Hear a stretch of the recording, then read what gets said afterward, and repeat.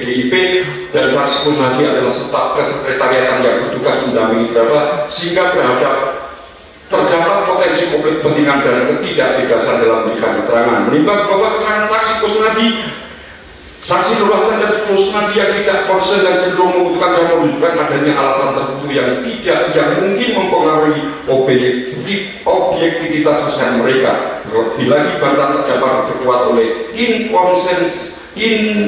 konsistensi keterangan saksi, di mana saksi Nur Hasan menyatakan dipaksa oleh dua orang yang berpakaian tegap dan tidak menerima perintah dari terdakwa. Saksi Kusnadi juga menyatakan tidak menerima perintah terdakwa dan saksi penyidik Arif Budiarto tidak melihat terdakwa di PT IKA, sehingga ketidakkonsistenan ini memperkuat terdakwa dan menimbulkan keraguan terhadap konstruksi dakwaan umum. Menimbang bahwa prinsip fundamental dalam hukum pidana adalah in dubio pro reo, dalam keraguan menguntungkan terdakwa, sebagaimana tercermin dalam azas praduga tidak bersalah yang dijamin oleh pasal 28 Undang-Undang 45 dan pasal 8 ayat 1 Undang-Undang 48 tentang kekuasaan kehakiman, sehingga apabila terhadap keraguan yang rasional terhadap penafsiran alat bukti atau penerapan ketentuan pidana, maka keraguan tersebut harus ditafsirkan untuk menguntungkan terdakwa. Nimbang bahwa dalam sistem peradilan pidana Indonesia yang menganut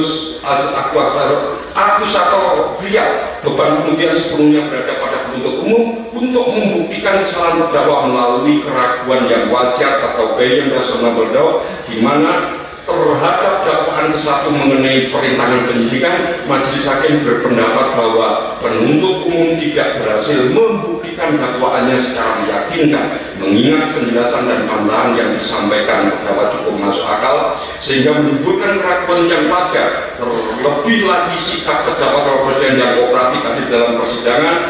Setiap persidangan memberikan keterangan yang secara terbuka dan tidak menunjukkan upaya menghalangi jalan persidangan, tidak konsisten dengan tuduhan bahwa terdakwa telah melakukan tindakan menghalangi atau meringankan proses penegakan hukum. Menimbang bahwa berdasarkan analisis komprehensif terhadap seluruh unsur delik, konstruksi dakwaan, keterangan para ahli, bantahan terdakwa yang didukung bukti objektif dan keabsahan alat bukti dapat disimpulkan.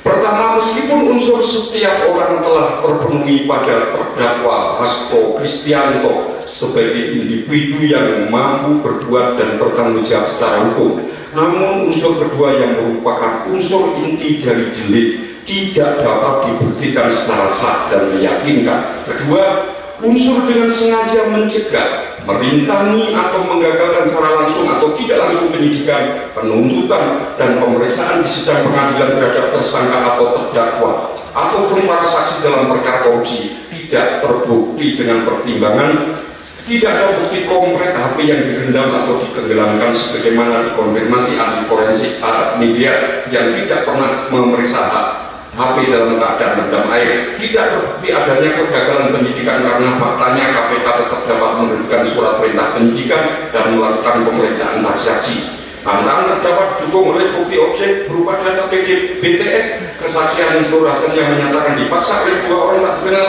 dan kesaksian Arif Budiarto yang tidak melihat terdakwa di PTK. Pada tanggal 8 Januari 2020, 18-19 bis masih berlangsung tahap penyelidikan, sedangkan pasal 21 Undang-Undang Tipikor hanya mengatur tentang penyidikan bukan penyidikan.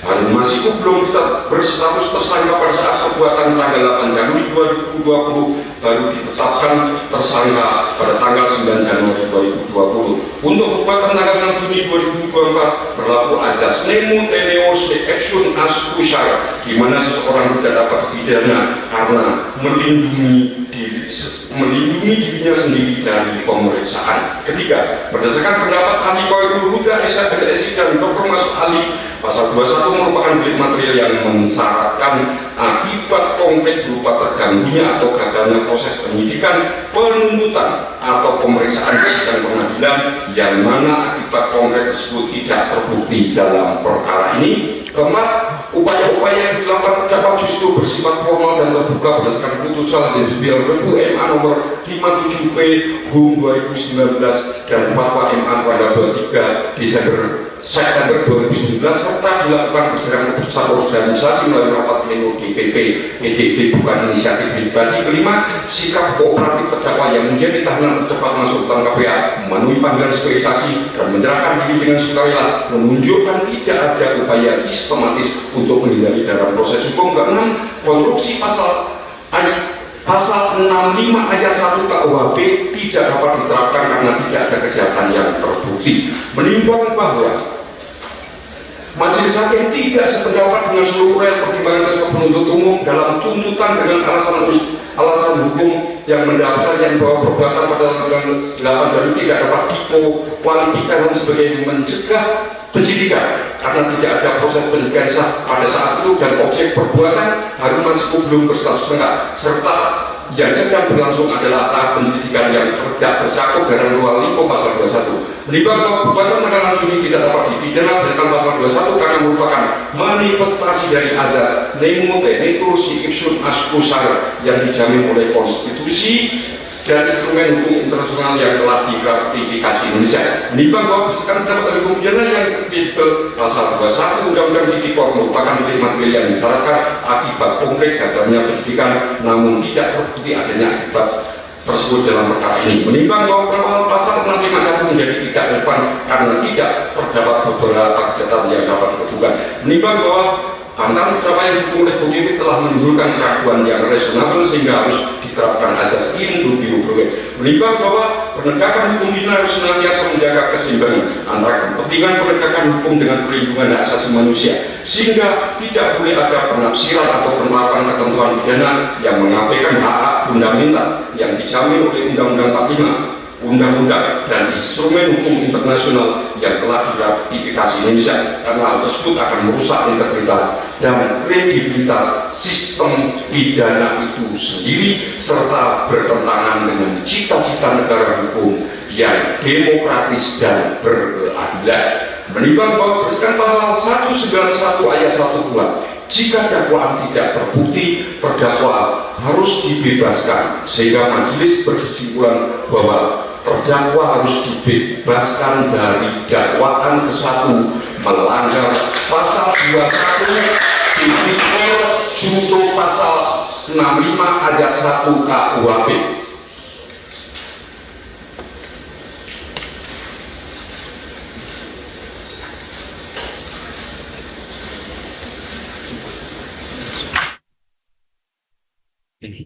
Oke.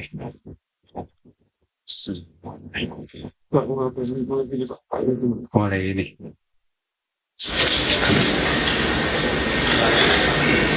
Tes dilanjutkan.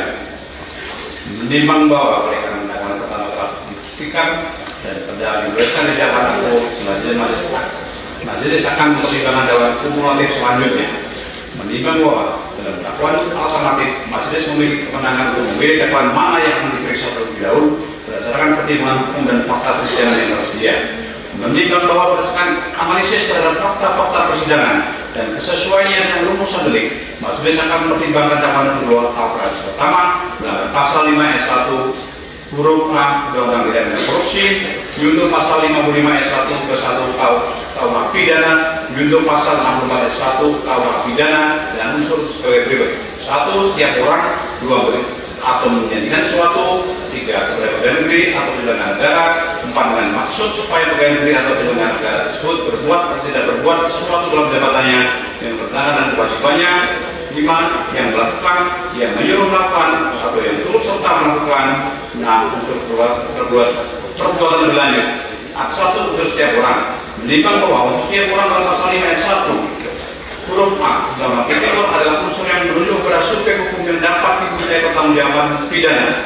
Menimbang bahwa sebagaimana telah dipertimbangkan dalam dakwaan 1, terdakwa Hasto Kristianto telah memenuhi syarat sebagai subjek hukum setiap orang berdasarkan integritas yang sesuai dengan surat dakwaan, kemampuan mental dan fisik yang normal selama persidangan, usia 59 tahun, telah dewasa menurut hukum serta tidak ditemukannya alasan pemaaf yang dapat menghilangkan kemampuan yang bertanggung jawab. Menimbang bahwa berdasarkan pertimbangan tersebut unsur setiap orang dalam dakwaan kedua telah terpenuhi pada diri terdakwa Hasto Kristianto. 2. Unsur memberi atau menjanjikan sesuatu. Menimbang bahwa unsur memberi atau menjanjikan sesuatu dalam pasal 5 ayat 1 huruf A Undang-Undang Tipikor merupakan unsur objektif yang bersifat alternatif, di mana kata atau menunjukkan bahwa cukup terpenuhi salah satu dari kedua perbuatan tersebut untuk memenuhi unsur ini. Menurut doktrin hukum pidana, korupsi memberi adalah perbuatan menyerahkan atau memberikan sesuatu secara konkret dan nyata kepada penerima, baik berupa uang, barang atau keuntungan lainnya yang memiliki nilai ekonomis. Sedangkan menjanjikan adalah perbuatan berupa sanggupan atau komitmen untuk memberikan sesuatu di masa yang akan datang. Sebagaimana ditegaskan dalam putusan Mahkamah Konstitusi nomor 03/2006. Kedua, perbuatan ini merupakan delik formil yang tidak mensyaratkan tercapainya akibat tertentu, sehingga tindak pidana telah sempurna dengan tindak upaya perbuatan memberi atau menjadikan, tanpa perlu membuktikan apakah yang diberikan atau dijanjikan benar-benar diterima atau memberikan uang negara. Menimbang bahwa berdasarkan keterangan saksi Syaiful Bahri, Dodi Istiqomah, Agustiani Tio Fridelina, Wahyu Setiawan, dan Muril Yulianto setelah didukung dengan alat bukti berupa percakapan WhatsApp, rekaman telepon, dokumen penukaran valuta asing, dan barang bukti uang dalam mata uang Singapura, terdapat indikasi pemberian uang secara bertahap kepada Wahyu Setiawan oleh Agustiani Tio Fridelina dengan melibatkan Dodi Istiqomah, Syaiful Bahri, dan Harun Masiku. Menimbang bahwa setelah upaya formal tersebut tidak berhasil, maka terjadilah pemberian uang yang dilakukan dalam 2 tahap dengan kronologi sebagai berikut. Menimbang bahwa pada tanggal 7 Desember 2019, Agustiani Tio Fridelina bertemu dengan Wahyu Setiawan di restoran Rapan Mall Kejadian Village untuk menyerahkan uang sebesar 15.000 SGD atau setara dengan Rp200, di mana sebelumnya uang tersebut telah dipersiapkan oleh Syaiful Bahri yang meminta mobil Ham Yulianto untuk menerima uang rupiah menjadi dolar Singapura sebesar 20.000 SGD dan menyerahkan kepada Agustiani Tio Fridelina di Hagendas Plaza Indonesia. Menimbang bahwa pertemuan tersebut, Agustiani Tio Fridelina menyampaikan kepada Wahyu Setiawan bahwa uang tersebut dimaksudkan untuk membayar KPU, mengakomodir permohonan penggantian antar waktu PAW Resi Aprilia dengan Harun Masiku, dan Wahyu Setiawan menerima uang tersebut dengan pemahaman bahwa ia diharapkan dapat mempengaruhi proses pengambilan keputusan di KPU. Menimbang bahwa pada tanggal 26 Desember 2019, Agustiani Tio Fridelina kembali bertemu dengan Wahyu Setiawan di restoran Golden Lamian Mall Kejadian Village untuk menyerahkan uang tahap kedua sebesar 38.350 SGD atau setara dengan Rp400. Menimbang bahwa uang tahap kedua ini merupakan bagian total dana personal yang telah dipersiapkan sebelumnya, di mana berdasarkan komunikasi yang terjadi, total rencana pemberian kepada Wahyu Setiawan adalah 57.350 SGD atau setara Rp600, terdiri dari 2 tahap, 19.000 SGD 17 Desember 2019 yang telah diterima dan 38.350 SGD 26 Desember 2019 yang dalam OTT KPK tanggal 8 Januari 2020, sehingga seluruh nominal yang didakwakan telah terbukti baik yang telah diterima maupun yang telah tertangkap dalam OTT. Menimbang bahwa dari total uang diserahkan sebesar 53.350 SGD, Wahyu Setiawan hanya menyimpan sekitar 15.000 SGD atau setara Rp200 untuk keperluan pribadi, sedangkan sisanya dikembalikan kepada Agustiani Tio Fridelina. Menimbang bahwa uang yang dikembalikan kepada Agustiani Tio Fridelina tersebut kemudian disita oleh penyidik KPK dalam perkara sebelumnya sebagai barang bukti, sehingga terdapat jejak yang jelas mengenai asal-usul dan alur pergerakan uang dalam operasional suap tersebut. Menimbang bahwa selanjutnya majelis hakim akan mempertimbangkan apakah dalam pemberian uang kepada Wahyu Setiawan tersebut terdapat keterlibatan terdakwa. Menimbang bahwa terdakwa menegaskan dalam persidangan dan dalam pledoi yang menyatakan tidak memberikan dana sebesar Rp400 dan menyatakan dana tersebut berasal dari Harun Masiku. Majelis perlu menganalisis komunikasi yang ada serta mempertimbangkan konsistensi keterangan para saksi untuk menentukan sumber dana yang sebenarnya. Menimbang bahwa dalam putusan terdahulu terhadap perkara Wahyu Setiawan dan perkara Syaiful Bahri dan Dodi Istiqomah dan saksi Syaiful Bahri menyatakan bahwa dana Rp400 tersebut berasal dari Harun Masiku, bukan dari terdakwa. Namun dalam persidangan perkara ini, saksi Syaiful Bahri mengakui tidak mengetahui secara pasti sumber dana tersebut dan hanya membenarkan adanya percakapan WhatsApp antara Dodi Istiqomah dengan dirinya. Menimbang bahwa inkonsistensi keterangan para saksi tersebut justru memperkuat nilai pembuktian dari alat bukti komunikasi elektronik yang elektronik, di mana saksi Syaiful Bahri membenarkan percakapan WhatsApp tanggal 16 Desember 2019 antara Dodi Istiqomah dengan dirinya yang secara eksplisit menyebutkan pukul 18.12.19 Dodi Istiqomah, Mas Hasto masih 400 nih. Pukul 18.12 Doni Triskoma yang 600 Harun katanya pukul 18.12.19 Doni Triskoma duit udah kupegang pukul 18.13.15 Syaiful ketemu di mana Harun no respon pukul 18.13.23 Doni Triskoma DPP menimbang bahwa analisis terhadap urutan komunikasi WhatsApp tersebut menunjukkan pola yang logis dan konsisten di mana Doni Triskoma pertama kali menyampaikan informasi tentang sumber dana 400 juta rupiah dengan menyebutkan Mas Hasto masih 400 nih dan hanya beberapa detik kemudian 7 detik Doni Triskoma yang 600 Harun katanya yang direspon oleh Syaiful Bahri ketemu di mana Harun no respon dan direspon oleh Doni Triskoma DPP menunjukkan bahwa kedua saksi memahami ada dua sumber dana yang berbeda untuk operasi tersebut. Menimbang bahwa komunikasi WhatsApp antara Syaiful Bahri dan Harun Masiku pada waktu yang berdekatan semakin berkuat kesimpulan ini, di mana Syaiful Bahri menyampaikan pukul 18.14.42 Syaiful Bahri ini section ngasih 400 di DPP pukul 18.26.19 Syaiful Bahri sisanya kata section ada di Pak Harun permen kedua. Menimbang bahwa keterangan saksi dalam persidangan terdahulu yang menyatakan dana berasal dari Harun Masiku, sementara ada percakapan Syaiful Bahri dan Doni Triskoma menunjukkan dana yang talangan dari terdakwa. Menimbang bahwa komunikasi langsung dari terdakwa kepada Syaiful Bahri pada pukul 19.27.31 WIB yang berbunyi tadi ada 600 yang 200 dipakai untuk DP menjawab dulu dan dijawab siap oleh Syaiful Bahri menunjukkan koordinasi langsung dalam pengaturan dana operasional di mana dari total 600 juta rupiah yang tersedia 400 juta rupiah dialokasikan untuk keperluan operasional suap dan 200 juta untuk keperluan lain. Menimbang pada pola komunikasi yang konsisten dan rekaman percakapan tanggal 13 Desember 2019 yang menyebutkan jadi Mas Hasto yang nalangi full 1,5 menunjukkan bahwa sejak awal terdakwa telah berkomitmen untuk menyediakan dana talangan penuh apabila diperlukan dan realisasinya terbukti mulai penyerahan dana 400 juta rupiah pada tanggal 16 Desember 2019. Menimbang bahwa motivasi saksi Doni Triskoma dan Syaiful Bahri untuk memberikan keterangan yang berbeda dalam persidangan terdahulu dapat dipahami dengan konteks perlindungan terhadap atasan mereka. Namun ketika dilakukan dengan bukti komunikasi yang otentik, mereka tidak dapat mengingkarinya. Sehingga pengakuan Syaiful Bahri dalam persidangan ini yang menggunakan dari percakapan WhatsApp tersebut justru memperkuat keyakinan majelis, mengingat komunikasi elektronik yang terekam secara otentik pada waktu kejadian tidak dapat direkayasa dan menunjukkan kebenaran yang sesungguhnya. Meskipun saksi Doni Triskoma membantahnya, menimbang bahwa keterangan ahli linguistik Dr. Frans Asida dan SS Embung timing dan konteks percakapan WhatsApp tanggal 16 Desember 2019 yang sangat berdekatan dengan penyerahan uang dari Kusnali dengan kepada Doni Triskoma menunjukkan ada korelasi yang kuat antara dana 600 yang dimaksud terdakwa dengan dana operasional untuk KPU dan menggunakan istilah BP penghijauan justru menunjukkan upaya untuk menyamarkan maksud sesungguhnya. Menimbang bahwa ahli linguistik juga menganalisis bahwa penggunaan kata siap oleh Syaiful Bahri dalam respon pesan terdakwa yang berbunyi tadi ada 600 yang 200 dipakai untuk DP pengajuan dulu menunjukkan adanya hierarki dalam komunikasi dan kesediaan pelaksanaan pemerintah di mana seseorang yang memiliki kedudukan yang tinggi tidak akan mengatakan kata siap kepada seorang yang berbayar lebih rendah sehingga menunjukkan fakta bahwa terdakwa sebagai atasan memberikan instruksi kepada Syaiful Bahri sebagai bawahan.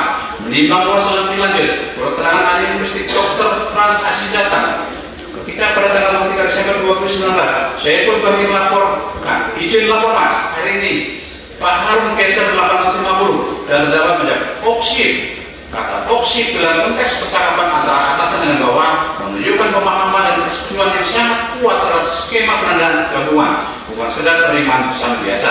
Menimbang bahwa berdasarkan analisis komprehensif terhadap bukti komunikasi elektronik yang otentik, inkonsistensi transaksi antara persidangan terdahulu dengan persidangan ini serta analisis linguistik yang memperkuat interpretasi komunikasi, majelis berkesimpulan bahwa dana sebesar 400 juta rupiah yang diserahkan Kusnadi pada Doni Triskoma pada tanggal 16 Desember 2019 bersama terdakwa bukan dari Harun Masiku sebagai dinyatakan dalam persidangan terdahulu.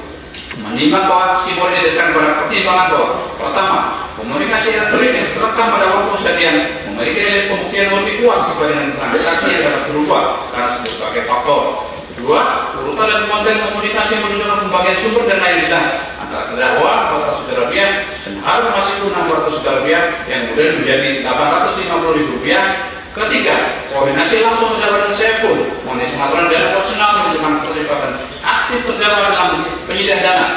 Keempat, pengakuan Saiful Bahri dan Dodi Rizkuma dalam persidangan ini yang membenarkan percakapan WhatsApp tersebut meskipun tidak mengetahui pasti sumber dananya menunjukkan otentisitas komunikasi tersebut. Kelima, analisis linguistik terhadap pola komunikasi yang memperkuat interpretasi bahwa terdapat hierarki dan koordinasi yang sistematis dalam operasional tersebut. Menimbang bahwa dengan demikian, bantah terdakwa yang menyatakan tidak memberikan dana Rp400 tidak dapat terima dan terbukti secara sah dan meyakinkan terdakwa yang menyediakan dana tersebut untuk pelaksanaan suap pada Wahyu Setiawan. Menimbang bahwa terhadap transaksi Kusnadi yang menyatakan uang mas besar Rp400 berasal dari Harun Masiku. Majelis perlu menilai secara dengan memperhatikan kedudukan saksi sesuai dengan pasal 185 ayat 6 huruf C KUHP. Menimbang bahwa kesimpulan transaksi Kusnadi telah dimuat dalam keputusan Wahyu Setiawan dan keputusan Saiful Bahri, di mana terdapat diperiksa sebagai saksi dan memberikan keterangan jalan, namun hal tersebut tidak mengikat masa saksi dalam perkara ini karena setiap perkara memiliki alat bukti dan konteks yang berbeda. Menimbang bahwa dalam perkara ini tersedia bukti komunikasi elektronik yang lebih lengkap, termasuk komunikasi langsung dari terdakwa yang tidak tersedia dalam persidangan sebelumnya, sehingga konteks pembuktian menjadi lebih lengkap. Menimbang bahwa saksi Kusnadi adalah staf sekretariatan DPP PDIP yang secara struktural berada di bawah terdakwa, sehingga terdapat hubungan atasan bawahan yang dapat mengurangi objektivitas kesaksiannya untuk melindungi atasannya. Menimbang bahwa konsistensi keterangan terdakwa saat masih saksi dengan Kusnadi dalam persidangan terdahulu dapat dipahami sebagai upaya koordinasi untuk memberikan keterangan yang seragam guna melindungi kepentingan bersama. Menimbang bahwa keterangan Kusnadi bertentangan dengan bukti komunikasi WhatsApp tanggal 16 Desember 2019 yang secara eksplisit menyebutkan masa setahun kasih 400 juta nih tepat setelah Kusnadi menyerahkan uang tersebut. Menimbang bahwa komunikasi elektronik yang terekam secara real time memiliki daya pembuktian lebih objektif dibandingkan keterangan saksi yang dapat dipengaruhi loyalitas terhadap atasan. Menimbang bahwa perubahan status terdakwa dari saksi menjadi terdakwa menunjukkan ada bukti yang baru yang ditemukan dalam perkembangan investigasi. Menimbang bahwa oleh karena itu berdasarkan independensi peradilan dan terjadinya alat bukti yang lebih lengkap, majelis mengesampingkan keterangan saksi Kusnadi karena telah didukung bukti lain yang sah dan bertentangan dengan alat bukti yang lebih kuat dan konsisten. Menimbang bahwa keterangan ahli Dr. Muhammad Fatahillah Akbar SLLM dalam tindak pidana suap tidak diperlukan tercapainya maksud pemberian. Yang penting adalah adanya pemberian dengan maksud tertentu dan delik telah sempurna ketika pemberian dilakukan. Menimbang bahwa menurut keterangan ahli Dr. Muhammad Fatahillah Akbar SLLM, tindak pidana suap merupakan delik formil yang tidak mensyaratkan ada akibat tertentu, melainkan cukup dengan terpenuhi unsur-unsur perbuatan yang dilarang, sehingga tidak perlu dibuktikan apakah Wahyu Setiawan benar-benar melakukan tindakan yang diminta atau tidak. Menimbang bahwa menurut pendapat ahli tersebut, dalam konteks penyertaan tindak pidana, apabila suap dilakukan dilakukan beberapa orang dan salah satu pelaku beralibi melakukan tugas dari organisasi, namun tidak ada surat perintah organisasi, tetap organisasi konsekuensi hukumnya karena perbuatan hukum tetap ada, sehingga tidak ada surat tugas resmi untuk Saiful Bahri tidak menghilangkan pertanggungjawaban terdakwa. Menimbang bahwa meskipun terdakwa menyatakan pernah memberikan teguran keras kepada Saiful Bahri, tetap mendapat informasi bahwa Saiful minta uang dari Harun Masiku dengan memanggil Saiful ke rumah aspirasi dan menegaskan hal tersebut dilarang dalam peraturan partai dan sumpah jabatan. Namun fakta menunjukkan komunikasi WhatsApp antara terdakwa dan Saiful tetap berlanjut intensif hingga akhir Desember 2019 yang menunjukkan tidak ada tindakan tegas untuk menghentikan keterlibatan Saiful Bahri. Menimbang dalam perkara aku, penuntut umum mengajukan alat bukti elektronik berupa percakapan melalui aplikasi WhatsApp guna mendukung pembuktian hal mana dalam alat bukti elektronik sebagaimana dimaksud Undang-Undang Nomor 19 Tahun 2012 tentang transaksi elektronik dan secara tegas mengakui bahwa serta hasil cetakannya merupakan alat bukti hukum yang sah sebagai dimaksud dalam pasal yang 1 dan ayat 2 Undang-Undang ITE. Menimbang bahwa berdasarkan transaksi alih digital forensik yang dihadirkan oleh penuntut umum di persidangan berdasarkan percakapan WhatsApp yang diberi penyidik dari perangkat elektronik dan atau hasil penyitaan telah dilakukan analisis forensik digital dan metode yang sesuai dengan standar pembuktian ilmiah. Ahli menyatakan bahwa data digital tersebut utuh, tidak dimodifikasi dan dapat diverifikasi sumber serta keautentikannya. Menimbang bahwa berdasarkan pasal 5 ayat 2 dan ayat 1 dan ayat 2 Undang-Undang ITE adalah alat bukti hukum yang sah Dan lebih lanjut pasal 6 Undang-Undang ITE menyatakan bahwa informasi elektronik dianggap sebagai memiliki kekuatan pembuktian hukum jika dapat diakses, ditampilkan, dijamin keutuhannya, dan dapat dipertanggungjawabkan. Menimbang dalam hal ini percakapan WhatsApp yang dijalankan oleh penuntut umum telah memenuhi ketentuan tersebut karena 1. Diperoleh secara sah melalui penyitaan berdasarkan izin yang sah. 2. Dilakukan proses digital forensik untuk memastikan keaslian dan integritasnya.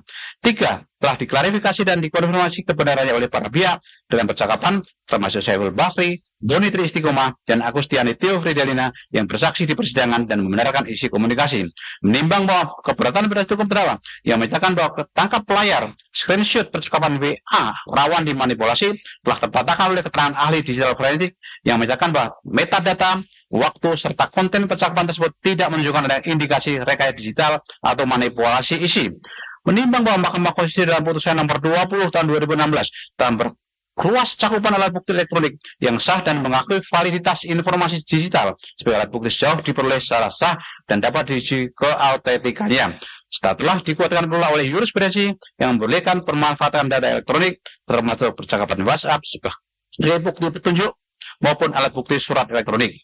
Menimbang bahwa dengan terpenuhinya ketentuan formil dan material alat bukti elektronik sebagai diatur dalam KUHP dan Undang-Undang ITE dan dengan telah dilakukannya verifikasi forensik oleh ahli, maka percakapan WhatsApp dalam perkara ini adalah sah sebagai bukti elektronik dan dapat digunakan untuk mendukung pembuktian unsur-unsur tindak pidana yang dilakukan dalam perkara aku.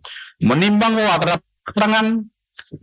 terhadap keberadaan ahli digital forensik yang merupakan pegawai KPK, Majelis Hakim mempertimbangkan sebagai berikut. Pertama, berdasarkan pasal 186 KUHP, yang dinilai dari keterangan ahli adalah kompetensi dan keahlian dalam bidangnya, bukan status kelembagaan atau afiliasi institusionalnya. Kedua, ahli digital forensik telah mengucapkan sumpah di hadapan persidangan untuk memberikan keterangan yang sejujur-jujurnya sesuai dengan pengetahuan dan keahliannya, di mana sumpah tersebut mengikat secara hukum dan moral untuk memberikan keterangan yang objektif. Ketiga, keterangan ahli digital forensik bersifat teknis dan ilmiah yang didasarkan pada metodologi forensik digital yang baku dan standar internasional, sehingga subjektivitas personal atau institusional tidak dapat mempengaruhi hasil analisis teknis. Keempat, hasil analisis forensik digital dapat diverifikasi dan direproduksi oleh ahli lain menggunakan tools dan metodologi yang sama, sehingga memiliki objektivitas ilmiah yang tinggi. Kelima, penasihat hukum telah diberikan kesempatan untuk melakukan cross-examination dan menghadirkan ahli tandingan, namun tidak dilakukan. Sehingga keterangan digital forensik tetap memiliki kekuatan pembuktian yang sah dan dapat dipertanggungjawabkan secara hukum. Menimbang bahwa berdasarkan pertimbangan tersebut di atas, maka unsur memberi atau menjangan suatu telah terpenuhi. Artikel unsur kepada pegawai negeri atau penyelenggara negara. Menimbang bahwa Setiawan adalah komisioner KPI periode 2017-2022 yang diangkat berdasarkan surat keputusan Presiden Republik Indonesia nomor 43 tanggal 10 April 2017 sebagaimana dikuatkan oleh keterangan saksi Arif Budiman dan Hashim Asyari. Menimbang bahwa sebagai komisioner KPU, Wahyu Setiawan menerima gaji, tunjangan dan fasilitas yang berasal dari keuangan negara APBN sebagaimana peraturan Presiden nomor 11 2015 sehingga memenuhi kualifikasi sebagai pegawai negeri berdasarkan pasal 1 angka 2 huruf C Undang-Undang Tipikor. Menimbang bahwa KPU sebagai lembaga negara penunjang auxiliary set organ melakukan fungsi penyelenggaraan pemilu sebagai bentuk pelaksanaan kedaulatan rakyat, dan komisioner KPU merupakan pejabat negara yang wajib melaporkan kekayaannya LHKPN kepada KPK sehingga Wahyu Setiawan juga memenuhi kualifikasi sebagai penyelenggara negara. Menimbang meskipun pemberian uang dilakukan melalui perantaraan Agustiani Tio Fridelina, hal tersebut tidak menghilangkan sifat pemberian kepada pegawai negeri karena berdasarkan keterangan saksi Agustiani Tio Fridelina dan Wahyu Setiawan, Agustiani Tio Fridelina bertindak atas nama dan untuk kepentingan Wahyu Setiawan. Menimbang bahwa terdakwa mengenal Wahyu Setiawan sejak tahun 2017 ketika Wahyu Setiawan menjadi komisioner KPU dalam acara-acara resmi partai seperti pengambilan nomor urut, pendaftaran partai politik, dan pengambilan nomor urut capres. Setelah pernah bertemu langsung pada tanggal 2 Januari 2020 di kantor Tio membahas pelaksanaan fatwa MA.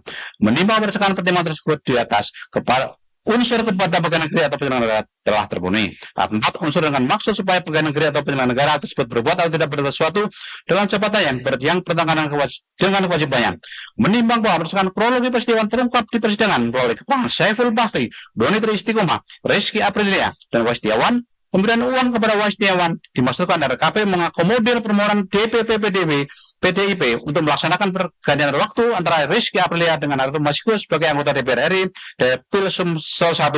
Menimbang bahwa supaya Upaya tersebut dilatar belakangi oleh meninggalnya Nazaruddin Kemas pada 26 Maret 2011 dan calon urut nomor 1 Dapil Sumsel 1 dan senior pada partai dengan urutan dengan 3 periode dengan sebagai anggota DPR. Kerugian suara partai sekitar 20.000 suara akibat instruksi KPU untuk menolakkan suara almarhum. Putusan Mahkamah Agung nomor 57 tahun 2019 tanggal 19 Juli 2019 yang mengabulkan judicial review DPPD fatwa Mahkamah Agung nomor 37 2011 yang menyatakan penetapan suara calon legislatif yang meninggal dunia kewenangannya diserahkan kepada pimpinan partai politik. Penolakan KPU melalui surat tanggal 20 Agustus 2019 memindahkan suara almarhum Nazaruddin Kemas kepada Harun Masiku. Menimbang rangkaian upaya terdakwa meliputi 1. Memberitakan Syaiful Bahri menemui Rizky Aprillia di Singapura tanggal 26 September 2019 untuk meminta mundur sebagai dikuatkan keterangan Syaiful Bahri dan Rizky Aprillia. 2. Memanggil Rizky Aprillia ke DPP PDIP tanggal 27 September 2019 bersama Komarudin Watubun dan meminta pengunduran diri yang ditolak oleh Rizky Aprillia kecuali diminta langsung oleh Ketua Umum. 3. Tetap mengupayakan pergantian meskipun Rizky Aprillia telah dilantik tanggal 1 Oktober 2019 dengan dasar bahwa fatwa MA keluar sebelum pelantikan. 4. Mengirim surat permohonan PAW kepada KPU atas nama DPP PDIP sebagaimana dikuatkan dengan alat bukti surat 5 melakukan pertemuan dengan Wahyu Setiawan tanggal 2 Januari 2020 di kantor TIO untuk meminta pelaksanaan fatwa MA. Menimbang bahwa pemberian uang kepada Wahyu Setiawan dimaksudkan agar Wahyu Setiawan menggunakan kedudukannya sebagai komisioner KPU untuk mengupayakan dikabulkannya permohonan PAW tersebut, padahal berdasarkan peraturan perundang-undangan dan keterangan saksi Arif Budiman serta Hashim Asyari, PAW anggota DPR yang telah dilantik bukan kewenangan KPU melakukan kewenangan DPR. Menimbang bahwa terhadap sangkalan terdakwa yang menyatakan tidak memberikan perintah kepada Syaiful Bahri dan tidak mengetahui adanya pemberian uang kepada Wahyu Setiawan, majelis menilai sangkalan tersebut tidak dapat diterima berdasarkan menimbang bahwa percakapan WhatsApp tanggal 4 Desember 2011 dari terdakwa kedua kepada Doni Tri Istiqomah buatkan SKPAW untuk menetapkan Harun pakai surat dari MA yang terakhir menunjukkan terdakwa masih aktif mengupayakan penetapan Harun Masiku setelah pelantikan Rizky Aprillia. Menimbang bahwa pernyataan Syaiful Bahri dalam percakapan dengan Agustiani Tio Fridelina tanggal 6 Januari 2020 tadi Mas Sato telepon lagi bilang ke Wahyu, ini garansinya saya, ini perintah dari ibu, menunjukkan keterlibatan langsung terdakwa dalam pengupayaan PAW sebagaimana dikuatkan keterangan saksi Syaiful Bahri dan Agustiani Tio Fridelina. Menimbang bahwa pada pertemuan tanggal 2 Januari 2020 di kantor Tio, terdakwa menyampaikan kepada Wahyu Setiawan tolong diurus dan dibantu terkait pelaksanaan fatwa MA dalam konteks pemberian uang menunjukkan adanya kesepahaman tentang quid pro quo imbal balik. Menimbang bahwa perbuatan tersebut bertentangan kewajiban Wahyu Setiawan sebagai penyelenggara negara berdasarkan pasal 5 angka 4 dan 6 Undang-Undang 28 2019 tentang penyelenggaraan negara yang bersih dan bebas dari KKN untuk tidak melakukan korupsi dan tidak mengharapkan imbalan yang bertentangan dengan peraturan undang-undang, sumpah jabatan sebagai komisioner KPU dan menjalani tugas dengan sebaik-baiknya dan seadil-adilnya sesuai dengan peraturan perundang-undangan. Kode etik penyelenggara pemilu yang melarang menerima pemberian dalam bentuk apapun yang dapat mengaruhi independensi dan imparsialitas. Menimbang bahwa berdasarkan ketentuan tersebut di atas, unsur dengan maksud supaya kampanye tidak dengan negara tersebut berbuat atau tidak berbuat sesuatu dalam jabatannya dengan kewajiban telah terpenuhi. Artinya unsur melakukan yang menjadi melakukan atau serta melakukan pasal 55 S1 ke 1 KUH pidana. Menimbang bahwa dalam perkara aku terdakwa didakwa sebagai orang yang terus serta melakukan tindak pidana pemberian suap bersama-sama dengan Syaiful Bahri, Doni Tri Istiqomah dan Harun Masiku dalam pasal 55 S1 ke 1 KUHP. Menimbang bahwa untuk dapat dikualifikasi sebagai turut serta melakukan manipulator dan harus terdapat kesengajaan bersama dan pembagian peran di mana setiap pelaku memberikan kontribusi yang esensial dengan pelaksanaan tindak pidana.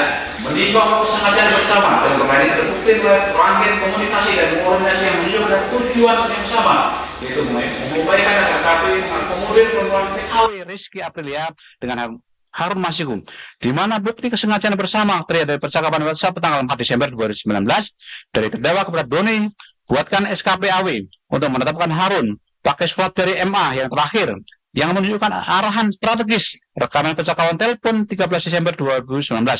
Tadi Mas Hasto yang nalangin dulu full 1,5 yang menunjukkan komitmen terdakwa dalam skema pendanaan percakapan WhatsApp 16 Desember 2019. Mas Hasto ngasih 400 nih yang membuktikan kontribusi terfinansial terdakwa. Respons Oksip terhadap laporan Pak Harun geser 850 yang menunjukkan persetujuan terhadap skema pendanaan gabungan setelah pertemuan tanggal 2 Januari 2020 di kantor Tio, di mana terdakwa bertemu dengan langsung dengan Pak Setiawan untuk membahas pasangan Fatma Emma.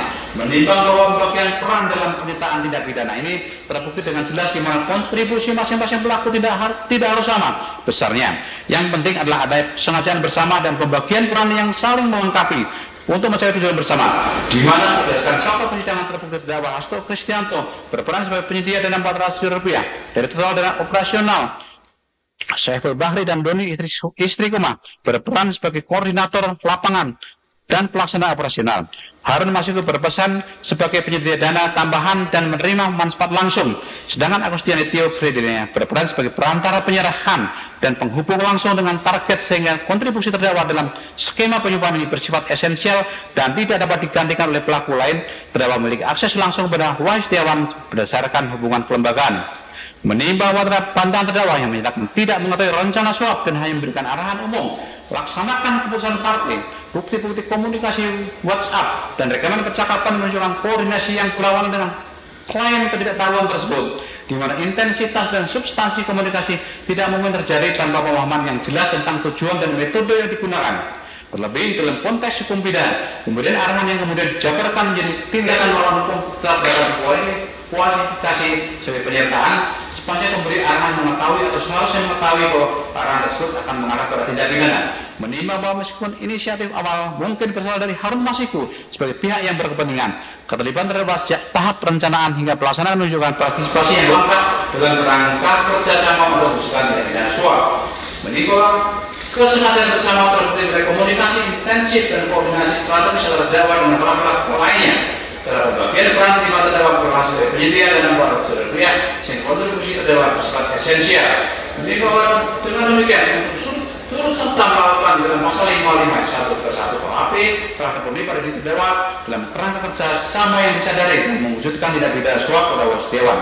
6. Unsur perbuatan berlanjut pasal 64 ayat 1 KUHP pidana. Menimbang bahwa pasal 64 ayat 1 KUHP pidana mengatur tentang perbuatan berlanjut dengan rumusan jika antara perbuatan tersebut meskipun masing-masing merupakan kejahatan dan pelanggaran pada hubungannya sering merubah sehingga harus dipandang sebagai perbuatan berlanjut. Makanya terdapat satu pidana di mana doktrin hukum pidana konsep perbuatan berlanjut menjadi syarat penelitian yang harus dipenuhi beberapa perbuatan masing-masing merupakan tindak pidana dan ada hubungan erat kesatuan kehendak serta kesatuan waktu. Dan 4. Menimbang bahwa dalam perkara ini terdapat serangkaian perbuatan pemberian uang kepada Wahyu Setiawan yang dapat diidentifikasi yaitu perbuatan pertama tanggal 17 Desember 2011 dua pemberian 19.000 SPT setelah Rp200 di restoran Prapan Mall Jati Village oleh Agustiani Tio Frederiana kepada Wahyu Setiawan. Perbuatan kedua yang direncanakan tanggal 26 Desember 2011 dua pemberian Rp38.350 SPT setelah Rp400 di restoran Golden Mamen Mall Jati Village namun berdasarkan data OTT tanggal 8 Januari 2020. Dan perbuatan ketiga yang dinyatakan untuk Januari 2020 mengatur dana disiapkan Rp1.250 jauh berbeda yang telah diserahkan. Menimbang bahwa beberapa perbuatan telah terpenuhi karena terdapat minimal 2 perbuatan pemberian uang yang dilakukan pada tanggal berbeda, di mana dalam doktrin perbuatan berlanjut tidak disyaratkan bahwa semua perbuatan harus benar-benar terlaksana. Melainkan cukup jika ada rencana atau upaya untuk melakukan perbuatan lanjutan yang merupakan bagian dari suatu kehendak.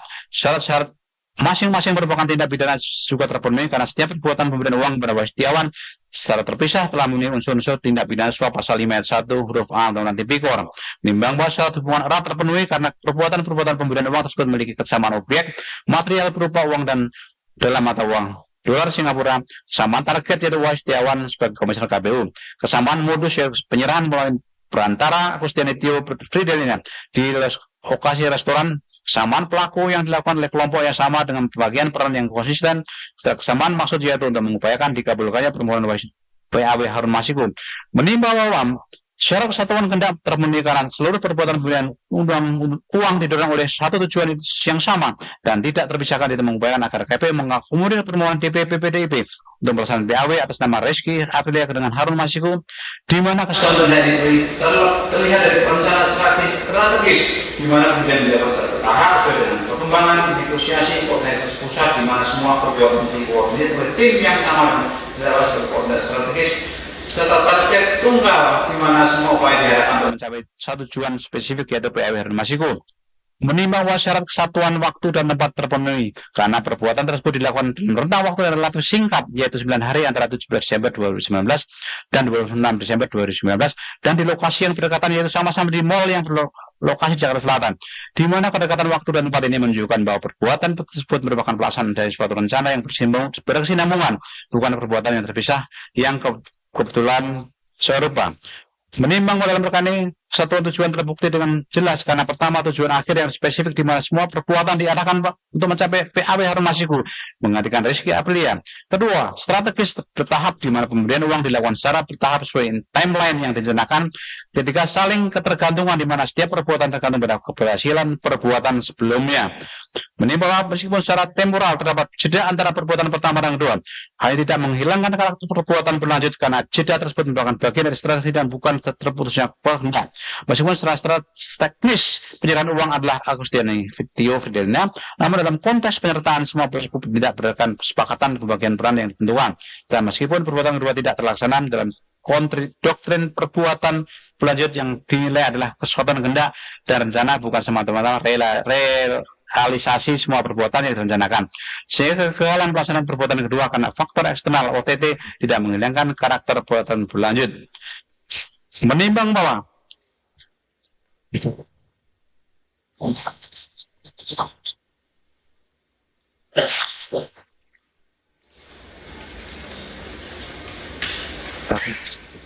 Menimbang bahwa bantahan-bantahan terdakwa tersebut meliputi sangkalan terlibat dalam pemberian uang kepada Setiawan, penjelasan bahwa komunikasi DP pengajuan berkaitan dengan program pengajuan DPP, penjelasan bahwa respon POKSIP adalah jawaban standar tanpa memahami substansi sangkalan pemberian perintah kepada Syaiful Bahri dan sangkalan bahwa uang tersebut berasal dari dirinya.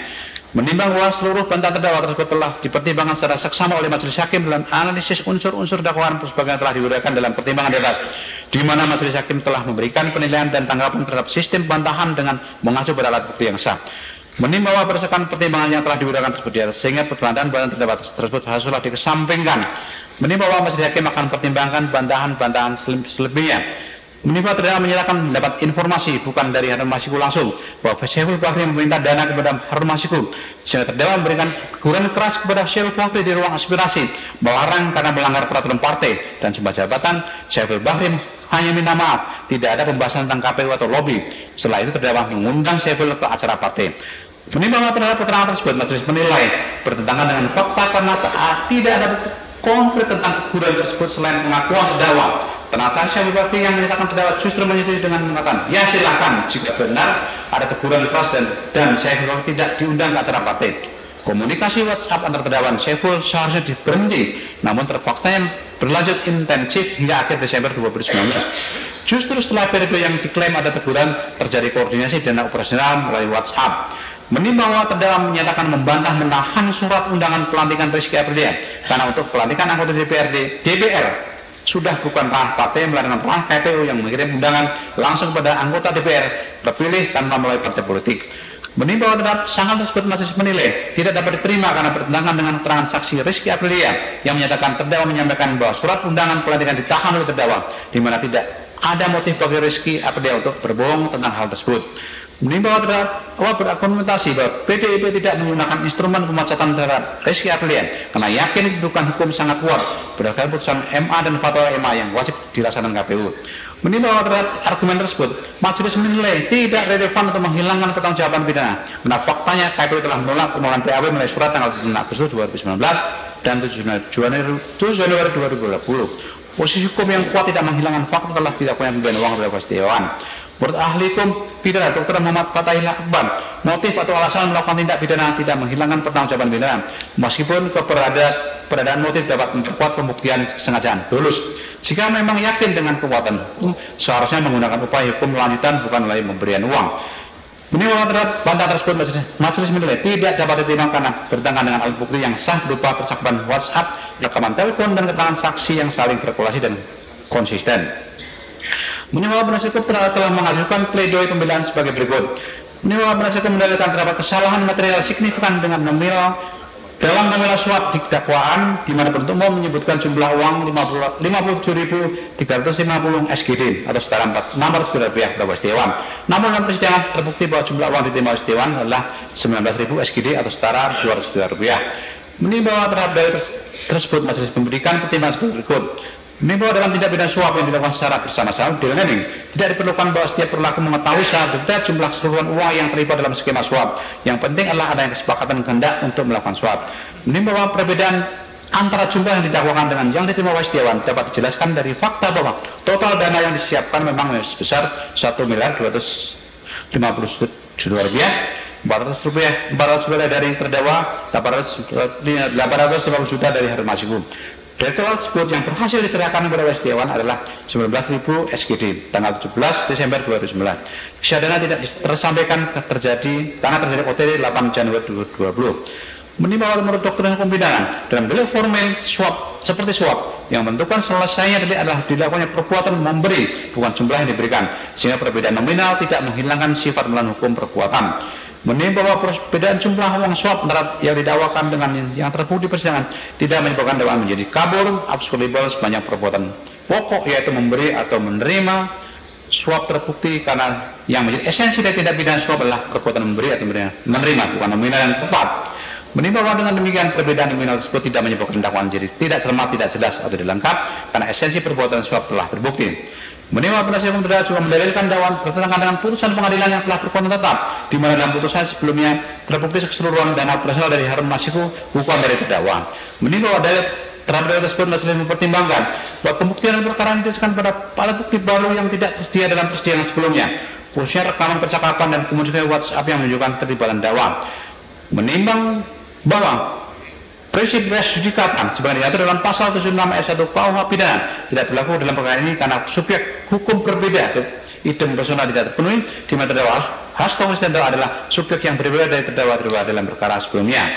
Menimbang bahwa terhadap penasihat hukum mendalilkan penyadapan kemudian dilakukan tanpa menyatakan izin Dewan Pengawas sebagai diatur dalam pasal 12B besar 1 Undang-Undang KPK nomor 19 tahun 2019, di mana bukti-bukti didapat dalam rentang waktu Desember 2019 sampai Januari 2020 setelah disahkannya Undang-Undang nomor 19 tahun 2019 dan sebelum putusan MK nomor 70 tahun 2019. Menimbang terhadap dalil tersebut, majelis perlu membedakan secara tegas antara rekaman percakapan telepon 13 Desember 2019 yang diperoleh melalui res intersepsi komunikasi dalam rangka penyelidikan, chat WhatsApp yang diperoleh melalui ekstraksi data dari perangkat yang disita secara sah. Menimbang bahwa terkait rekaman percakapan telepon, meskipun diperoleh sebelum diterbitkan surat perintah penyelidikan tanggal 20 Desember 2019, namun berdasarkan putusan MK nomor 70 tanggal 4 Mei 2021, izin Dewan Pengawas dapat bersifat post factum terlebih dalam periode transisi penerapan Undang-Undang nomor 19 tahun 2019 tentang KPK yang menimbulkan ketidakjelasan implementasi teknis. Menimbang terkait chat WhatsApp, majelis mempertimbangkan bahwa data tersebut diperoleh melalui prosedur penyitaan telepon genggam dan ekstraksi data digital forensik pada tanggal 10 Juni 2004 bukan melalui penyadapan real time sehingga tidak memerlukan izin Dewan Pengawas KPK. Menimbang bahwa majelis hakim perlu membedakan secara tegas antara konsep penyadapan intersepsi dengan pengambilan data elektronik tersimpan sebagai berikut. Pertama, bahwa berdasarkan penjelasan pasal 31 Undang-Undang ITE yang dimaksud dengan intersepsi atau penyadapan adalah kegiatan untuk mendengarkan, merekam, membelokkan, mengubah, menghambat dan atau mencatat transmisi informasi elektronik dan atau dokumen elektronik yang tidak bersifat publik, baik menggunakan kabel komunikasi maupun kabel. Kedua, bahwa kata kunci dalam definisi tersebut adalah transmisi, yang menurut ilmu telekomunikasi berarti proses pengiriman informasi yang sedang berlangsung real time dari suatu pihak ke pihak lain oleh media komunikasi. Ketiga, bahwa chat WhatsApp yang telah tersimpan dalam memori telepon genggam bukanlah lagi transmisi, melainkan telah menjadi data tersimpan, stored data, sehingga pengambilan data tersebut tidak termasuk dalam kategori penyadapan atau intersepsi. Menimbang pembedaan antara intersepsi dengan pengambilan data tersimpan ini sejalan dengan praktik hukum internasional, di mana intersepsi komunikasi, interception of communication, melakukan otorisasi khusus karena menyangkut privasi komunikasi yang sedang berlangsung, sedangkan pengambilan data tersimpan of storage data mengikuti prosedur penyitaan barang bukti pada umumnya. Menimbang penasihat hukum mendalilkan transaksi arif Budi Raharjo tidak memiliki nilai pembuktian karena hanya menceritakan kembali isi BAPK orang lain yang merupakan testimonial AD itu. Menimbang terhadap dalil tersebut, majelis mempertimbangkan menimbang berdasarkan pasal 185 ayat 1 KUHP, keterangan saksi sebagai alat bukti adalah apa yang saksi nyatakan di sidang pengadilan, bukan apa yang ditulis dalam BAPK. Menimbang meskipun sebagian keterangan Arief Budiman Raja mungkin berdasarkan informasi dari rekan kerjanya, namun fakta penting yang disampaikan berdasarkan pengalaman langsung, yaitu saksi petugas mencari Harun Masiku dan terdakwa di lokasi PT IKA pada malam 8 Januari 2020. Saya tidak melihat keberadaan terdakwa maupun mobil terdakwa di lokasi PT IKA. Saksi mengetahui koordinat Harun Masiku namun tidak dilakukan penangkapan. Menimbang keterangan tersebut merupakan pengalaman langsung saksi, bukan testimonium itu, sehingga memiliki nilai pembuktian yang sah. Menimbang bahwa penasihat hukum terdakwa mendalilkan penggeledahan terhadap Kusnadi tidak sah karena dilakukan tanpa status tersangka.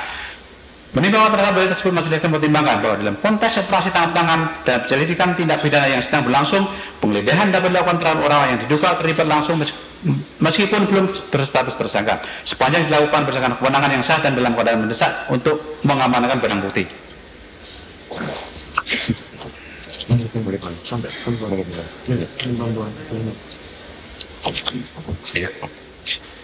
Menimbang bahwa lebih lanjut, meskipun terdapat kelemahan prosedural, hal tersebut tidak menghilangkan nilai pembuktian dari hasil penelitian yang telah dikuatkan dengan alat lain, dan mengingat prinsip hukum acara pidana mengenal konsep pemulihan cacat tersebut.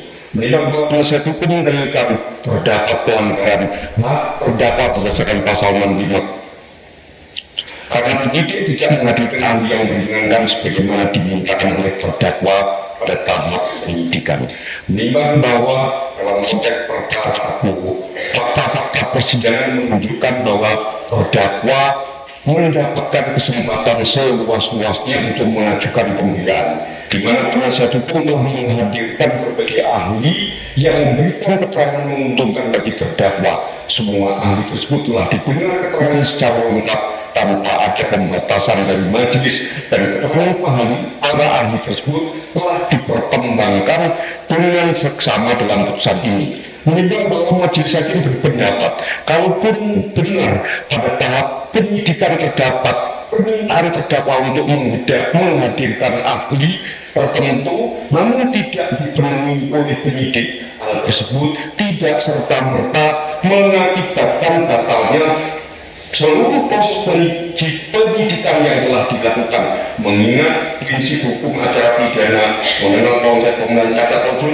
atau correctable defect, di mana kekurangan-kekurangan pada tahap awal dapat dipulihkan melalui pemeriksaan yang adil, terbuka, dan komprehensif di persidangan. Menimbang bahwa penasihat hukum mempersoalkan keabsahan bukti elektronik berupa cat WhatsApp dengan dalil bahwa bukti tersebut diperoleh melalui penyadapan yang tidak memenuhi prosedur sebagaimana dalam Pasal 31 Undang-Undang ITE junto pasal 12B Undang-Undang KPK yang mensyaratkan adanya izin tertulis dari Dewas KPK. Menimbang bahwa majelis hakim mencatat adanya inkonsistensi fundamental dalam dalil pembelaan, di mana di satu sisi penasihat hukum mempersoalkan prosedur perolehan bukti chat WhatsApp, di sisi lain terdakwa memberikan penjelasan alternatif tentang makna isi chat, seperti klaim bahwa DP penghijauan adalah tentang program taman vertikal untuk ulang tahun partai.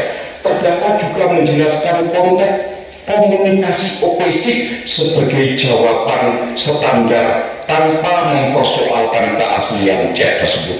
Menimbang bahwa inkonsistensi ini menunjukkan bahwa terdakwa secara implisit mengakui keaslian chat WhatsApp tersebut, karena seseorang tidak akan memberikan penjelasan alternatif terhadap isi dokumen yang dianggap palsu. Upaya memberikan interpretasi berbeda justru mengkonfirmasi bahwa komunikasi tersebut memang terjadi. terdakwa tidak pernah secara tegas menyatakan bahwa chat tersebut palsu atau dipalsukan.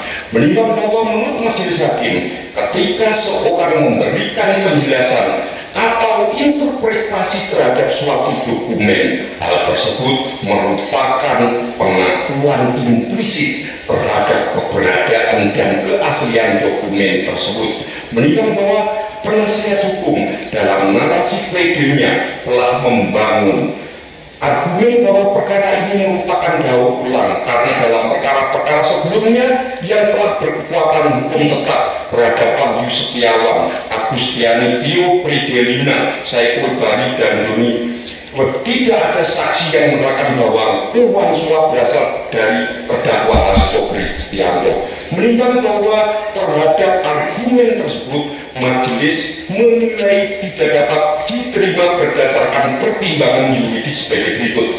Menimbang bahwa azas lebis in idem sebagaimana diatur dalam pasal 76 ayat 1 KUHP menyatakan seseorang tidak dapat dituntut untuk kedua kalinya karena perbuatan yang sama dan telah memperoleh putusan pengadilan yang telah mempunyai kekuatan hukum yang tetap. Menimbang bahwa penerapan azas lebis in idem memerlukan 3 syarat kumulatif yang harus dipenuhi. 1. Idem persona atau orang sama, idem faktum perbuatan atau fakta yang sama, dan idem krime tindak pidana yang sama. Menimbang bahwa dalam perkara aku tidak terpenuhi syarat idem persona karena terdakwa Hasto Kristianto dalam perkara ini adalah subjek hukum yang berbeda dari terdakwa-terdakwa dalam perkara sebelumnya.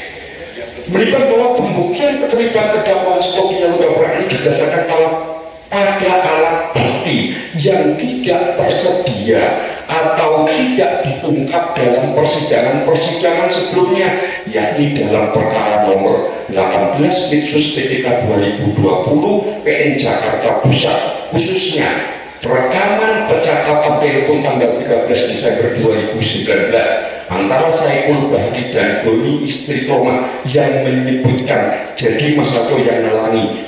Bukti-bukti percakapan WhatsApp antara terdakwa dengan Saiful Bahri tanggal 16 Desember 2019 tentang dana 600. Percakapan WhatsApp tanggal 23 Desember 2019 izin lapor Mas hari ini Pak Harun Geser 850 yang dijawab OPC. Bukti percakapan tersebut merupakan fakta baru yang terungkap dalam perkara ini. Menimbang bahwa penasihat hukum terdakwa juga mengajukan argumen bahwa secara logika dan nalar tidak mungkin seorang sekretaris jenderal partai politik menalangi dana untuk calon anggota DPR dan menegaskan bahwa dana suap berasal dari Harun Masiku yang saat ini berstatus DPO. Menimbang bahwa terhadap argumen tersebut, majelis memberikan pertimbangan. Menimbang bahwa dalam pembuktian hukum pidana yang terpenting bukanlah aspek logis atau tidak logisnya suatu perbuatan, melainkan apakah perbuatan tersebut dapat dibuktikan secara sah dan meyakinkan berdasarkan alat bukti yang memenuhi syarat sebagaimana diatur dalam KUHP. Bahwa meskipun argumen logika memiliki relevansi dalam menilai kredibilitas suatu dugaan, namun pengadilan harus mendasarkan putusannya pada fakta hukum yang terungkap di persidangan, bukan pada pertimbangan mengenai kemungkinan atau ketidakmungkinan berdasarkan asumsi, sehingga majelis akan mengesampingkan perdebatan mengenai aspek logis dan akan fokus pada evaluasi alat bukti serta kesesuaiannya dengan unsur-unsur delik yang didakwakan untuk mencapai keyakinan hakim berdasarkan pembuktian yang objektif. Menimbang bahwa status Harun Masiku sebagai DPO tidak menghalangi proses pembuktian keterlibatan terdakwa dalam perkara aku, karena pembuktian kesalahan terdakwa didasarkan pada alat bukti yang sah dan cukup tanpa bergantung pada kehadiran Harun Masiku. Menimbang bahwa dalam sistem pembuktian pidana Indonesia yang menganut sistem pembuktian negatif menurut undang-undang, pembuktian salah seorang tidak mensyaratkan hadirnya seluruh pelaku tindak pidana sepanjang terdapat dua alat bukti yang sah dan keyakinan hakim. Menimbang bahwa penasihat hukum dalam pleadingnya mendalilkan bahwa penetapan tersangka sebagai penetapan terdakwa sebagai tersangka dipanggil dan diperiksa calon tersangka terlebih dahulu bertentangan dengan putusan Mahkamah Konstitusi 21 PUU dari 12/2014. Menimbang bahwa terhadap hal tersebut majelis mempertimbangkan bahwa putusan MK 21 PUU Romawi 12/2014 tidak menciptakan norma baru yang mewajibkan pemeriksaan kantor, melainkan pemeriksaan memberikan penafsiran konstitusional terhadap paksa bukti permulaan yang cukup harus dimaknai minimal dua alat bukti. Sedangkan dalam perkara aku, penetapan terdakwa sebagai tersangka didasarkan pada lebih dari dua alat bukti yang sah, hasil penyidikan yang komprehensif terhadap pelaku-pelaku lain, bukti-bukti dokumenter dan elektronik yang kuat, serta keterangan saksi-saksi yang saling bersoyak. Menimbang bahwa dalam konteks pemberantasan tindak pidana korupsi, tindak pidana korupsi yang dilakukan secara bersama-sama seringkali memerlukan strategi penyidikan yang berbeda untuk mengungkap seluruh jaringan pelaku, di mana pemeriksaan prematur terhadap calon tersangka tertentu dapat mengganggu proses pengumpulan bukti dan berpotensi menghilangkan barang bukti. Dan dalam perkara ini terdakwa ditetapkan sebagai tersangka setelah seluruh pelaku lain diperiksa dan fakta-fakta mereka telah terungkap secara lengkap. Menimbang bahwa majelis hakim berpendapat tidak terjadi pelanggaran hak konstitusional terdakwa karena penetapan tersangka didasarkan pada bukti-bukti yang jauh melebihi syarat minimal dua alat bukti. Terdakwa tetap mendapat kesempatan penuh untuk membela diri dalam persidangan. Semua hak-hak terdakwa sebagai tersangka dan terdakwa telah dipenuhi sesuai ketentuan kuhap, serta tidak ada bukti adanya kerugian konkret yang terdakwa akibat tidak diperiksa sebagai calon tersangka. Menimbang bahwa berdasarkan seluruh pertimbangan di atas, majelis hakim berkesimpulan terdakwa Hasto Kristianto sebagai sekjen DPP PDIP memiliki kewenangan organisasional dan motif kuat untuk memastikan Harun Masiku menggantikan almarhum Nazarudin Kimas sebagai anggota DPR. Terdakwa telah melakukan serangkaian upaya formal berdasarkan putusan judicial review dan fatwa MA. Namun ketika upaya formal tersebut gagal, terdakwa bersama dengan Saiful Bahri, Doni Triistiqomah dan Harun Masiku melakukan upaya ilegal melalui pemberian uang kepada Wahyu Setiawan. Terdakwa terbukti menyediakan dana sebesar 400 juta dari total 1,250 juta yang disiapkan untuk operasional swab, sebagaimana terbukti dari percakapan WhatsApp dan rekaman telepon. Komunikasi intensif antara terdakwa dengan Saiful Bahri menunjukkan koordinasi yang erat dalam pelaksanaan skema swab dengan terdakwa berperan sebagai penyedia dan talangan. Sangkalan dan bantahan terdakwa tidak dapat diterima karena bertentangan alat bukti yang sah dan keterangan saksi-saksi yang konsisten. Argumen penasihat hukum tentang darurat perkara, ketidaklogisan dan status DPO Harun Masiku tidak dapat menghilangkan pertanggungjawaban pidana terdakwa. Menimbang bahwa dengan terpenuhinya seluruh unsur dakwaan dan berdasarkan minimal dua alat bukti yang sah, majelis memperoleh keyakinan bahwa terdakwa Hasto Kristianto terbukti secara sah dan meyakinkan bersalah melakukan tindak pidana sebagaimana didakwakan dalam dakwaan kedua alternatif pertama. Menimbang bahwa keyakinan majelis ini didasarkan pada keseluruhan alat bukti yang saling berkorelasi dan menguatkan, bukan pada spekulasi atau asumsi, di mana setiap elemen pembuktian telah diuji secara ketat dan objektif sehingga menghasilkan kesimpulan hukum yang dapat dipertanggungjawabkan.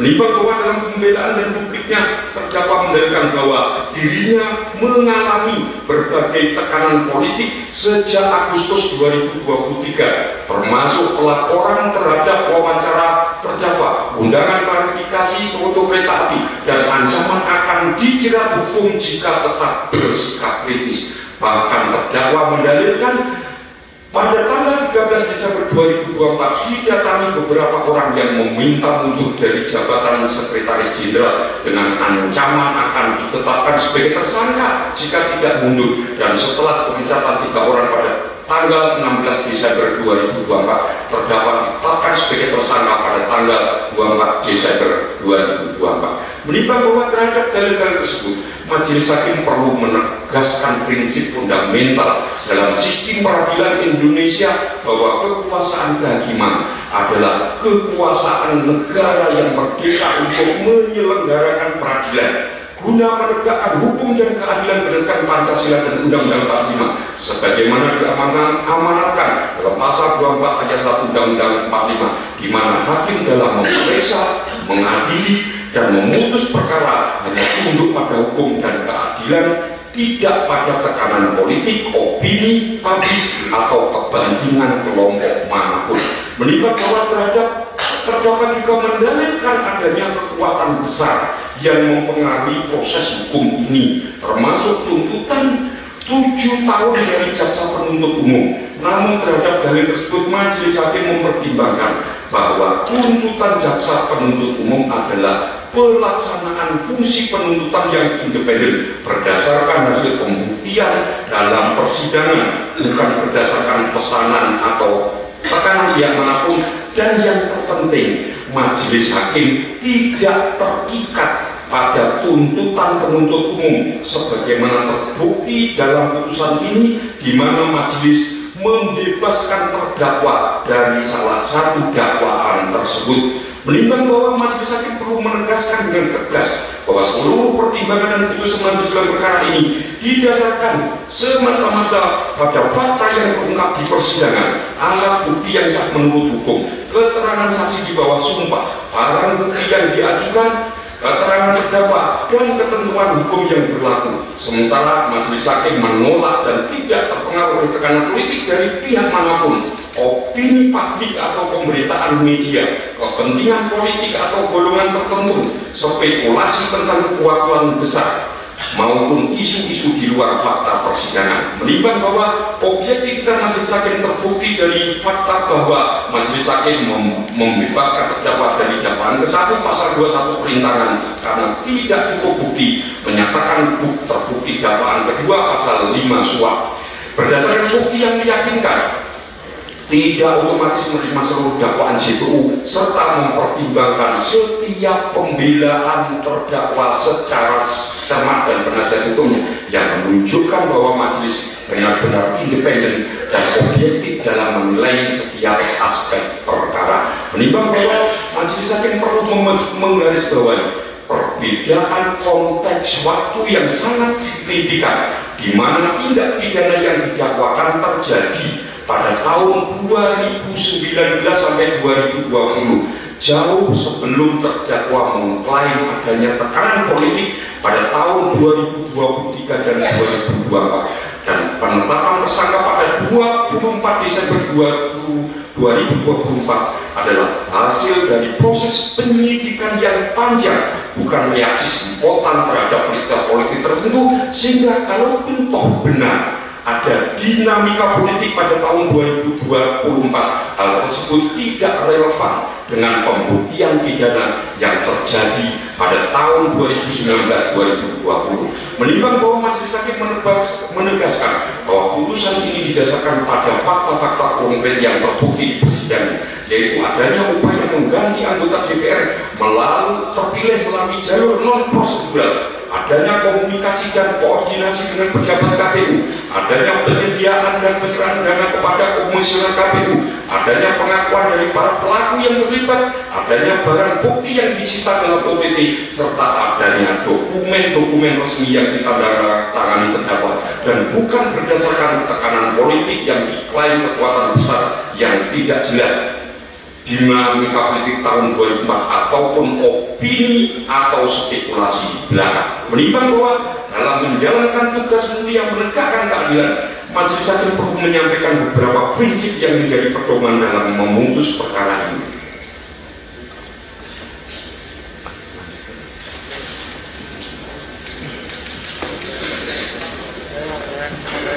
Ruang sidang pengadilan merupakan tempat suci di mana kebenaran dan keadilan dicari melalui pemeriksaan yang objektif dan fakta-fakta hukum. Oleh karena itu, majelis akan senantiasa menjaga kemudian proses peradilan dari berbagai pengaruh yang dapat melakukan pencarian kebenaran tersebut. Majelis memahami bahwa dalam perkara-perkara yang melibatkan tokoh politik, seringkali muncul berbagai pandangan dan interpretasi dari masyarakat. Namun dalam menjalankan kewenangan yudisial, majelis berkomitmen untuk tetap fokus pada substansi hukum dan tidak terpengaruh oleh dinamika yang berkembang di luar persidangan. Prinsip keadilan sejati mengharuskan majelis untuk tidak takut pada tekanan maupun tidak berpihak pada kepentingan tertentu. Menimbang berdasarkan seluruh yang disebut di atas, majelis menyatakan dengan tegas bahwa dalil tentang tekanan politik tidak relevan dengan pembuktian tindak pidana yang terjadi pada tahun 2019 dan 2020. Selain tentang kemudian besar tidak dukung bukti dan tidak memenuhi pertimbangan hukum, majelis hakim hanya tunduk pada fakta, hukum dan keadilan, bukan pada tekanan dan pengaruh apapun, serta putusan ini murni berdasarkan fakta yang terbukti di persidangan, bukan berdasarkan pertimbangan politik. Menimbang majelis meneruskan bahwa putusan ini adalah manifestasi informasi hukum yang tidak semena-mena dulu, di mana setiap warga negara diperlakukan sama di depan hukum berdasarkan perbuatannya, bukan status atau afiliasi politiknya. Dan bahkan keadilan sejati hanya dapat dicapai ketika hukum ditegakkan secara konsisten tanpa kompromi terhadap tekanan dan kepentingan apapun di luar fakta hukum yang tertib.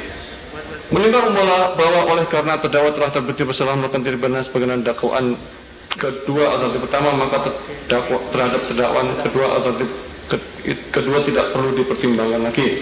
Menimbang oleh karena semua unsur dalam pasal 51 huruf A Undang-Undang Pidana Tipikor, juga pasal 55 ayat 1 ke 1 KUHP junto pasal 64 ayat 1 KUHP telah terpenuhi, maka terdakwa menyatakan telah bersalah terbukti secara sah menyatakan bersalah menurut pidana sebagaimana dalam dakwaan alternatif dakwaan kedua alternatif pertama.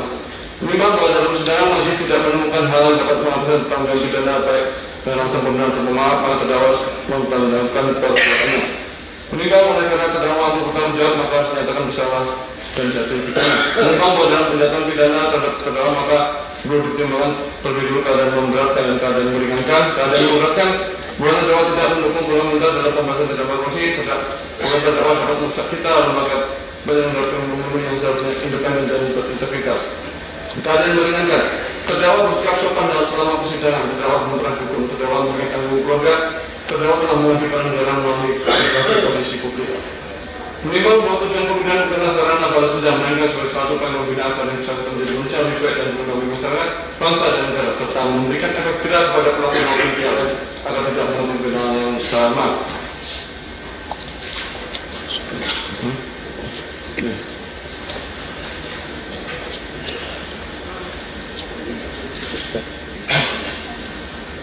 Menimbang bahwa oleh karena terdakwa telah terbukti secara sah dan menekan bersama dengan tindak pidana korupsi berupa suap dalam pasal 51 huruf A tentang tindak pidana korupsi, bahwa meskipun terhadap nomor pasal 21 Undang-Undang Tindak Pidana Korupsi tidak terbukti, namun mengingat tindak pidana suap yang terbukti terkait erat dengan perkara tindak pidana korupsi atas nama hal tersebut. Menimbang bahwa majelis akan mempertimbangkan barang bukti yaitu berupa nomor 1 sampai dengan 205 memiliki keterkaitan dengan rangkaian peristiwa tindak pidana korupsi dalam perkara suap penetapan calon anggota DPR RI terpilih di mana Harun Masiku diduga sebagai pemberi suap dan masih dalam status buron. Menimbang bahwa sesuai dengan tuntutan umum dan untuk kepentingan pembuktian dalam Harun Masiku yang masih dalam proses penyidikan, maka seluruh barang bukti tersebut diperlukan sebagai alat bukti. Menimbang bahwa berdasarkan pertimbangan-pertimbangan tersebut di atas, maka seluruh barang bukti mulai nomor 1 sampai 205 dalam perkara terlampir digunakan untuk perkara atas nama Harun Masiku, kecuali barang bukti berupa 1 buku warna hitam bertuliskan Kompas TV teman terpercaya, 1 buku warna hitam bertuliskan Erika E156 personal notebook, dan 1 buah buku notebook warna merah putih bertuliskan PD Perjuangan dengan alasan bahwa terdakwa telah dibebaskan dari dakwaan perintangan dalam dakwaan pertama berdasarkan pertimbangan ketentuan pasal 46 ayat 2 KUHP. Barang bukti yang tidak ada hubungan dengan perkara lain dikembalikan kepada orang atau kepada mereka yang berhak menerimanya. Menimbang oleh bahwa karena terdakwa jatuh pidana, maka berdasarkan pasal 22 ayat 4 KUHP masa penangkapan penahanan telah dijalani dikurangkan dari seluruh pidana yang dijatuhkan. Menimbang bahwa para terdakwa ditahan dalam penahanan yang menimbang bahwa terdakwa ditahan dan penahanan terhadap terdakwa dilandasi alasan yang cukup, maka perlu ditetapkan agar terdakwa tetap berada dalam tahanan. Menimbang bahwa oleh karena terdakwa nyatakan bersalah dan jatuh pidana, maka harus diberi pula membayar biaya perkara. Menimbang bahwa dalam persidangan ini majelis telah menerima masukan substantif melalui amicus curiae dari tokoh-tokoh termuka, termasuk Romo Frans Magnus Suseno sebagai filsuf dan pemikir konstitusional, mantan Jaksa Agung Marzuki Darusman, serta 22 akademisi dan praktisi hukum lainnya yang memberikan perspektif mendalam tentang aspek yuridis, filosofis, dan konstitusional dalam perkara ini, yang merupakan manifestasi penting dari prinsip demokrasi konstitusional dan transparansi peradilan yang sejalan dengan semangat saling mengawasi dan mengimbangi sebagaimana diamanatkan dalam Undang-Undang 1945. Menimbang bahwa amicus curiae telah mengangkat permasalahan substantif dalam perspektif sosio-legal yang memerlukan perhatian khusus dari majelis, khususnya tentang kekhawatiran tentang kemungkinan politically motivated prosecution, timing dan motivasi penuntutan yang dapat mengaruhi persepsi keadilan. Pentingnya menjaga independensi peradilan dari tekanan politik, kompleksitas hukum pidana dalam perkara korupsi, serta dampak putusan terhadap kepercayaan publik dan kelangsungan demokrasi di Indonesia yang menunjukkan kepedulian mendalam terhadap supremasi hukum dan demokrasi konstitusional. Menimbang bahwa majelis mengapresiasi semangat kepedulian konstitusional yang ditunjukkan para tokoh dalam amicus curiae dan menegaskan bahwa independensi peradilan yang sejati bukan berarti isolasi dari keprihatinan sah masyarakat, melainkan kemampuan untuk mengambil keputusan yang objektif, tidak memihak dan berdasarkan hukum tanpa terpengaruh oleh tekanan politik, kepentingan golongan atau motivasi di luar pencarian kebenaran dan keadilan, di mana majelis telah menerapkan prinsip dalam keraguan menguntungkan terdakwa tidak hanya terhadap fakta-fakta substantif, tapi juga terhadap aspek-aspek prosedural.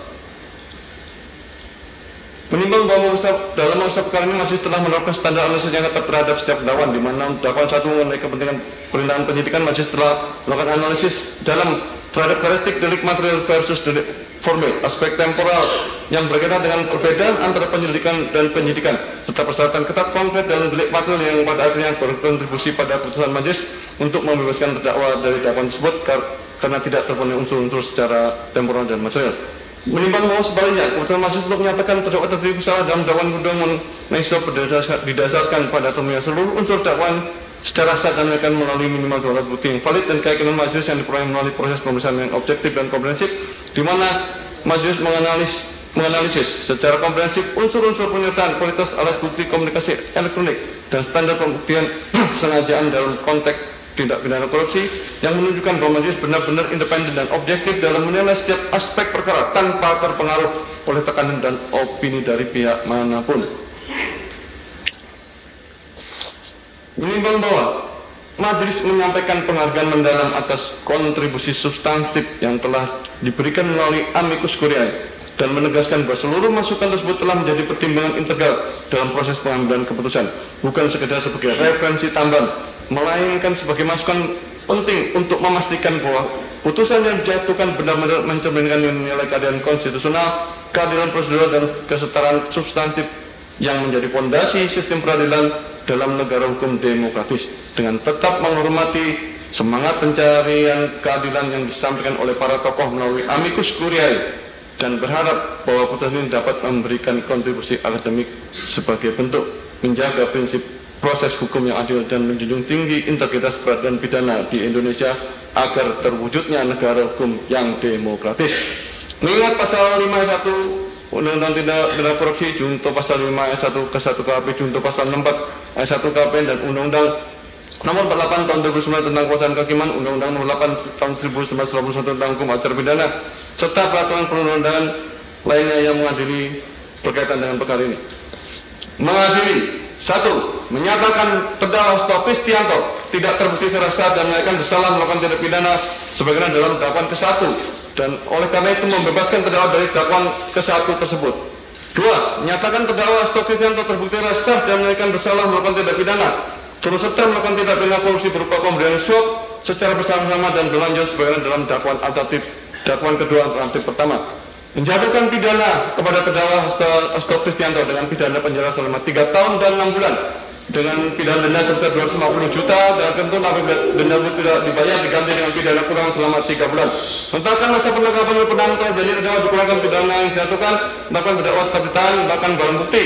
Dari nomor 1 205 digunakan dalam perkara atas nama terang Harun Masiku kecuali 1 buah buku warna hitam bertuliskan Kompas, 1 buku warna hitam bertuliskan Erika E156 notebook, 1 notebook warna merah putih bertuliskan PD Perjuangan dikembalikan kepada terdakwa.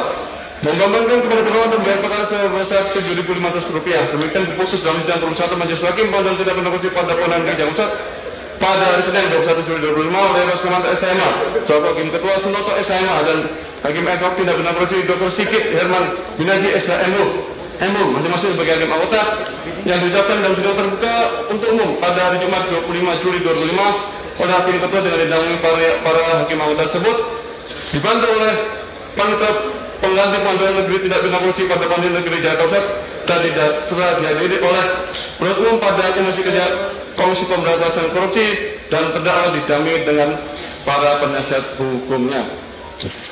Demikian putusan yang dijatuhkan Majelis Hakim. Atas putusan ini saudara terdakwa mempunyai hak 1. Menerima putusan, 2. Menolak dengan mengajukan upaya hukum, 3. Berpikir pada waktu 7 hari. Apabila tidak menentukan sikap dalam 7 hari dianggap menerima putusan. Ketentuan yang sama berlaku juga untuk penuntut umum. Dengan berakhirnya pembacaan putusan ini, maka kewajiban Majelis Hakim untuk memeriksa dan menghadiri perkara ini telah selesai. Dengan demikian sidang ini akan ditutup.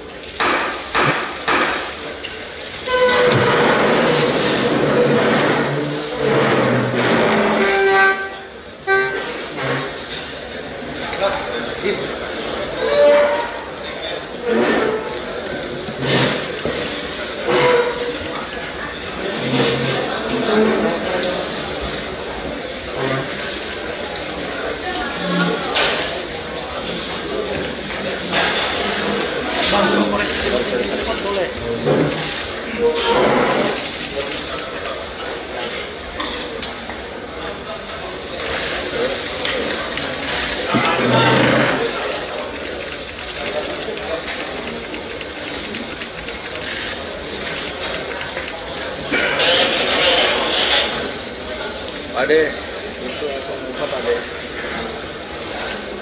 Kalau Ade.